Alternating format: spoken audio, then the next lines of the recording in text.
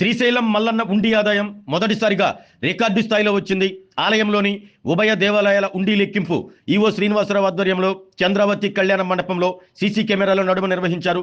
శ్రీ బ్రహ్మరాంబ సమేత మల్లికార్జున స్వామి అమ్మవార్ల ఉభయ ఆలయాలు పరివార దేవాలయాల ఉండి లెక్కింపులో శ్రీశైలం మల్లన్న దేవస్థానానికి 7,26,26,400 రూపాయల నగదు రాబడిగా లభించిందని ఈవో శ్రీనివాసరావు వెల్లడించారు.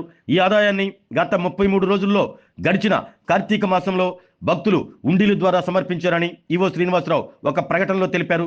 అయితే గత ఏడాది కార్తీక మాసంలో వచ్చిన ఉండి ఆదాయంతో పోలిస్తే ఈ ఏడాది 1,30,00,000 అధిక రాబడిగా మల్లన్న ఉండి ఆదాయం వచ్చింది. కార్తీక మాసంలో ఇప్పటి వరకు ఇంత పెద్ద మొత్తంలో ఉండి ఆదాయం రావటం మొదటిసారి. అయితే ఈ ఉండి లెక్కింపులో నగదుతో పాటు 117 గ్రాముల బంగారం, 7 కేజీల వెండి తదితర విదేశీ కరెన్సీ ఈ ఉండి లెక్కింపులో లభించాయి. పటిష్టమైన నిఘా నేత్రాల మధ్య ఉండి లెక్కింపు జరగగా లెక్కింపులో దేవస్థానం అన్ని విభాగాలకు చెందిన అధికారులు, సిబ్బంది, శివ సేవకులు పాల్గొన్నారు.